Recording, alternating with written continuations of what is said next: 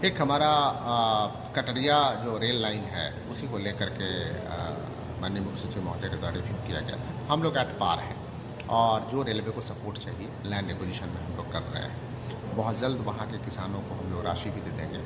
कुल 16 मौजा हमारे यहाँ अधिग्रहण किया जाना है, 16 मौजा में ज़मीनों को अधिग्रहण किया जाना है।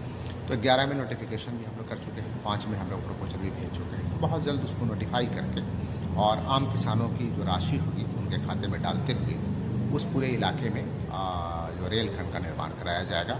और ये बहुत बड़ा अचीवमेंट होगा हमारा, क्योंकि विक्रमशिला जो कटरिया है रेल लाइन है, इसका मुख्य उद्देश्य होगा कि जो हमारा नौगछिया से कटिहार का रेल लाइन है, उस रेल लाइन को भागलपुर जो रेलखंड है इससे जोड़ने का, इससे कनेक्टिविटी बहुत स्मूथ हो जाएगी और लोगों का समय काफ़ी बचेगा।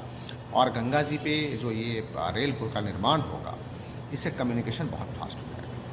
दूसरा क्या प्रोजेक्ट है सर? दूसरा प्रोजेक्ट है गोराडीह में इंडस्ट्रियल कॉरिडोर का है। उसमें मैक्सिमम गवर्नमेंट लैंड है और कुछ प्राइवेट लैंड है।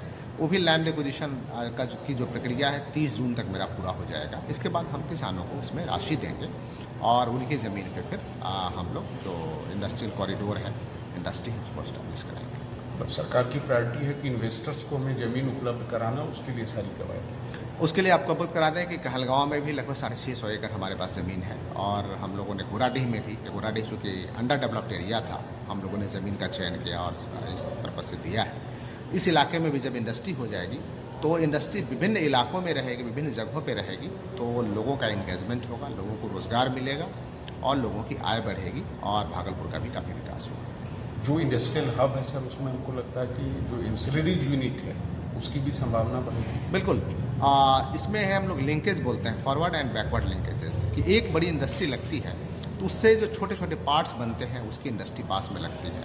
उतना ही नहीं, उसके जो फर्दर जो उसका प्रोडक्ट होता है उसको एडजस्ट करने के, उसको इंस्टॉल करने के लिए भी कई छोटी छोटी इंडस्ट्री लगती है। तो उससे काफ़ी संख्या में रोज़गार लगते हैं, काफ़ी संख्या में इंडस्ट्री लगती है और काफ़ी लोगों को लाभ होता है। पिछले दिनों आईटी मिनिस्टर भागलपुर में थे, एक मिशन आपका भी था, मतलब जिला अधिकारी होने के नाते, कि भागलपुर को एडू सिटी बनाना है, तो उनके तरफ से इस पर कोई पहल?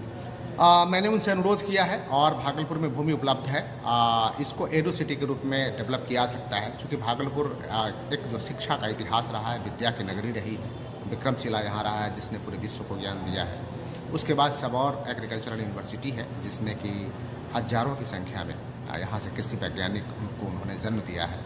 भागलपुर मेडिकल कॉलेज है, भागलपुर में इंजीनियरिंग कॉलेज है, इसके साथ ही ट्रिपल आईटी है, कई इंस्टीट्यूशंस हैं।